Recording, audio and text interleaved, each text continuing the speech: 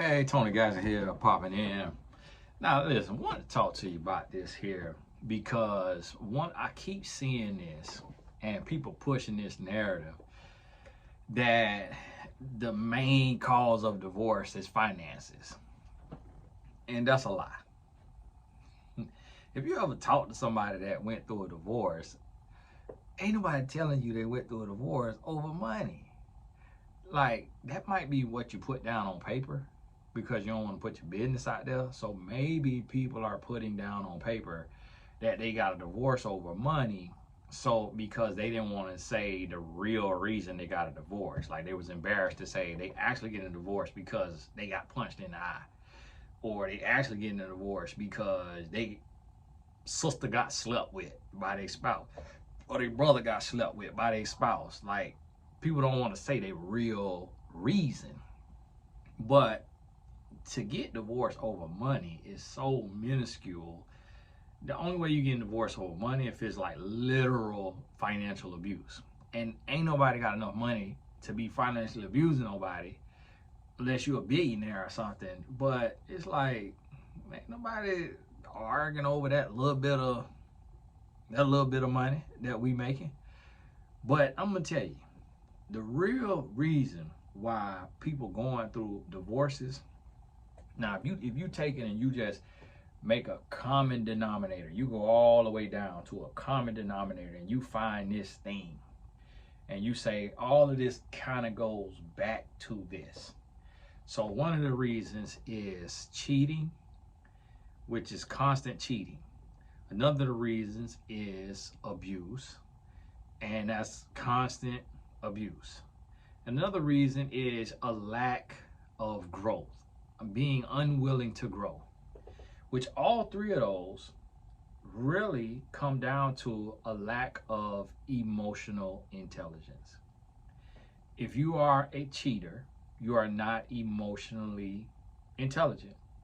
If you are abusive, you are not emotionally intelligent. And if you refuse to grow and get out of your comfort zone and get into an effective zone, you are emotionally unintelligent. And that's really what it comes down to, emotional intelligence. And we hear about this concept. I got a student and client and friend who teaches on this concept, DB. I think we promoted his book on one of the YouTube videos. And I never really thought about it, before DB really started talking about it. And but I read a book one time called Emotional Intelligence. I read the Emotional Intelligence 2.0. There could be a 1.0 book, but I read 2.0 because it was real small, and I really don't. I read small books because I'm writing books, and I just went to thinking about that thing, and I look at it every single day because I'm a relationship coach. I'm a life coach, but a lot of times I find myself coaching on relationships. And when I really get into the study of the relationship, it all boils down to someone being unwilling to grow in whatever area it is. They're unwilling to grow. And although that is not traditionally equated to being emotionally intelligent, like the ability to grow, I see it the same. And I tie the two together. And it may be tied together in different words and different ways, but I will see a relationship where somebody's on drugs and they are unwilling to go to rehab, or they go to rehab and then they come out and then they get back on drugs. That eventually leads to a divorce. Somebody is cheating, and they keep cheating because they're so insecure that they need somebody to make them feel worthy, and they need constant admiration and adulation and attention, and so they keep cheating. And they're cheating because they want that praise, they want that feeling, they want that whatever it may be. And so they keep cheating. And that's another thing that I see happen all the time. And when you think about it, it's like, man, you're just emotionally dumb to where you cannot grow. And one of the things that we got to realize and be able to pay attention to is the fact that the first thing you got to do in a marriage is you got to look at you. And you got to look at what are you causing? What issues you causing? What are you, because like what don't you like? But then what you doing? And when you look at you and you start to work on you and you start to fix you and you start to grow and you start to change, things get better. Things get better. If you start to grow and change, the relationship changes because you are a piece of the puzzle. So if you're not being the piece that you need to be to bring things together, then that's going to lead to the dissolution of the relationship. But if you do your part and you say, okay, I can't change my spouse, but I could change me.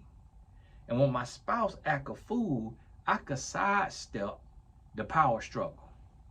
I could sidestep the power struggle, or I could check it and say, hey, don't do that. Don't do that. Cause I ain't doing that. I ain't doing what I was doing. I'm working on me. You need to work on you. Don't ask me to work on me and I work on me and then you revert back because you miss the drama and the toxicity, or you miss me being the bad person. So that's how you handle that. You got to be able to address it. But what I oftentimes see is I see somebody in a relationship who refuses to grow, refuses to change, refuses to learn, refuses to go to the next level, but also reinforces what the other person is doing. A lot of times people talk about money as the issue. Listen, it might be a part of it. It might be in there. But it's really emotional unintelligence. Because if money gets bad, let's say money get real bad, you know what'll happen? A man can become very angry, or whoever make the money can become very angry, very bitter, very nasty, very short, and then starts argument, starts fight, become verbally abusive, and all of this because of the money is low. But it's not the money that's destroying the relationship. It's the lack of emotional intelligence that the person has that's allowing them to act out of character in this relationship just because money is low. Whereas if the person who earns the most money, or whoever is earning money, because both could be earning money, but if whoever money start to go low, if they emotionally intelligent, they're going to remain calm and they're going to become resourceful. They're going to take this adversity and they're going to allow, like the quote says, adversity breeds creativity. Adversity only breeds creativity in emotionally intelligent people. Because if a person is not emotionally intelligent, then adversity breeds chaos. And that's what has to be understood. Now, another way money can destroy a relationship is if it's a lot of money being made and somebody takes that money and they start buying attention and buying affection or buying sex or buying other people with that money. Or somebody take that money and they are greedy and they're like a hoarder, and they take that money and they start embezzling that money. They start putting some to the side for like they getaway fund, for like they little side quest fund, and what have y'all. Remember, I'm clearing out email at the same time I'm doing a video, and so it start to Okay, now that's how money can affect it. So you could be broke and money can make you angry and upset or make somebody cheat. Like the man could be the breadwinner. He could stop making money or the money go down, and then the woman, she's bumping to a man at work or somewhere else with some money, and she wants stability, and she think a man is only a man if he making money.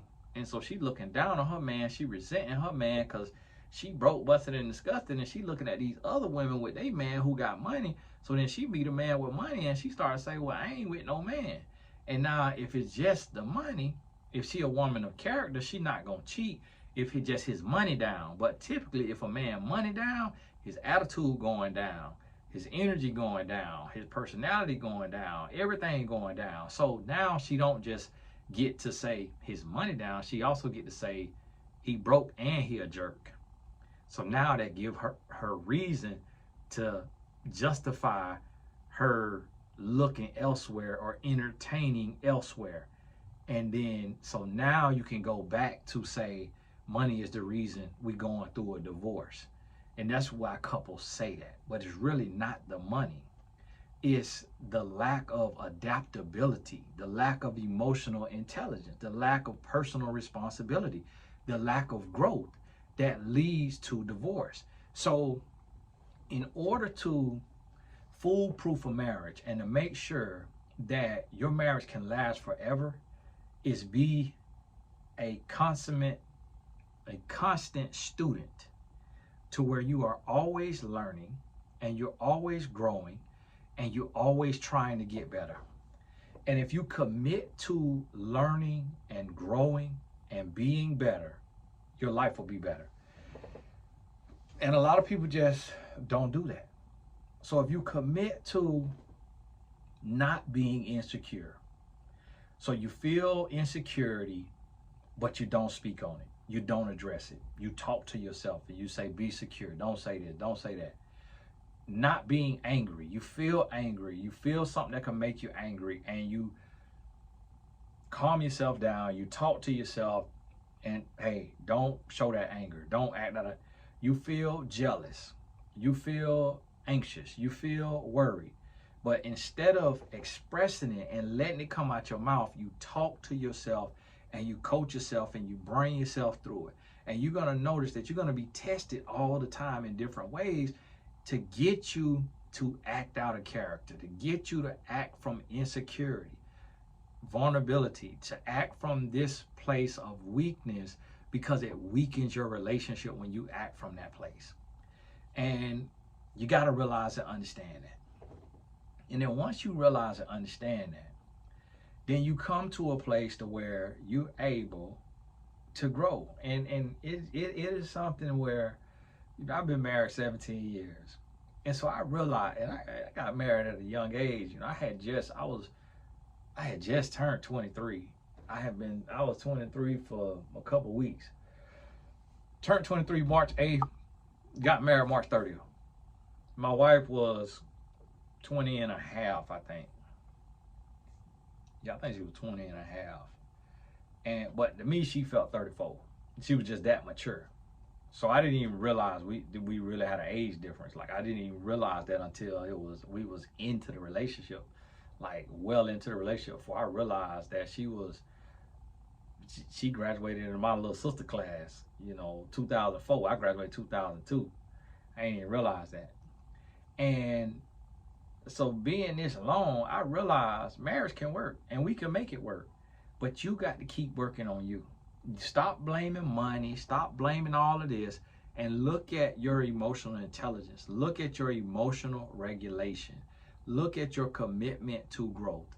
And if you are committed to growing, you will start sidestepping power struggles. You will stop letting little stuff get under your skin and start arguments. And you will get past that and you will grow. And that's just what it is, because it always shifts from one person. The devil gonna be on your back, and when the devil ain't on your back and you get him off your back, he gonna go get on their back. And then you got to call that devil out when that devil on their back and let them know the devil on your back. And I just kicked them off mine, so that's why he on yours. You need to kick them off yours, and I ain't gonna let them get back on mine. And that's how we stay married. Hey, this is Tony Gaskin. God bless you. Make sure you get over to TonyGaskinAcademy.com. Get a course that'll change your life. Also, if you need a life coach, go over to mymentor.life, mymentor.life, and book you some coaching sessions. God bless you. We'll talk soon.